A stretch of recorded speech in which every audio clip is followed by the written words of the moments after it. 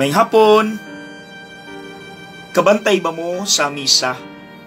Kanang moabot na gani ta sa part nga magampo na ta sa Our Father, mauni ang instruction. At the Savior's command and formed by divine teaching, we dare to say. Sa Bisaya pa, mangahas. Mga igsuon nga nung mangahas man ta. Kay abi ninyo, kung tinud-on lang yun, actually, it takes a lot of courage ay ta makaingon, Our Father. Because we are talking to God nga walay sala. Anyat kita, hugaw ta sa sala. Dili ta ngayan, gahi tag ulo. Maunang mangahas, that's the first meaning. Tagaan ta mo og history gamay. Abi ninyo sa kasaysayan sa atong simbahan sa una, ang bunyag kay adult baptism, kanang mga dagko na, so mature na ang utok. Abi ninyo, dugay kaayo ang proseso before mabunyagan.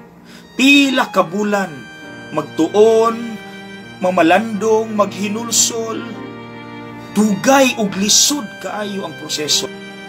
Pag-abot na sa bunyag, pag-abot na sa part nga magampo na sila sa amahan namo, musulod na sila sa simbahan, ug diha sa baba sa simbahan nila ilitok ang amahan namo. Abi ninyo, manghilak biya sila.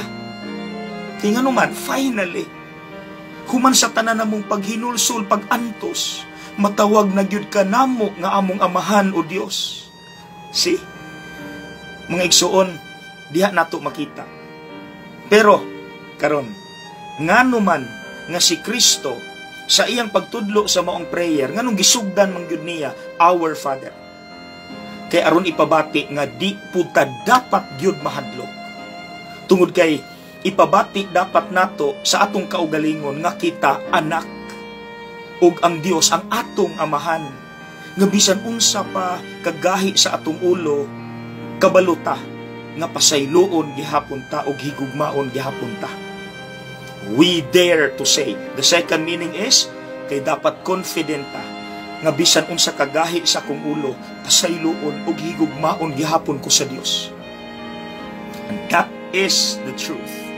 Dili na fake news, ha? Okay? God bless. And don't forget to pray the Our Father from the heart.